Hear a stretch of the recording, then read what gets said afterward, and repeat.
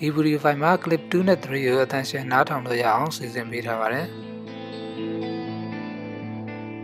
clip 3ရဆိုရင်အရင် clip 2ထက်စာရင် bass တန်ပိုကောင်းလာတဲ့အတန်းပိုကျယ်ပြီးတော့ site ကလေးလည်းအနေငယ်ပိုကြီးလာပါတယ်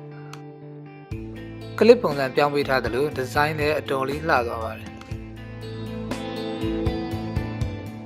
battery 10 နာရီခံပြီးတော့ရခင် clip 2ကတော့ battery 8 နာရီသာခံပါတယ်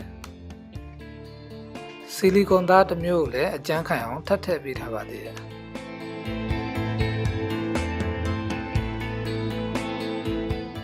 ဟုတ်ပြီကျွန်တော်တို့အတန်ဆန်းကြည့်လိုက်ကြရအောင်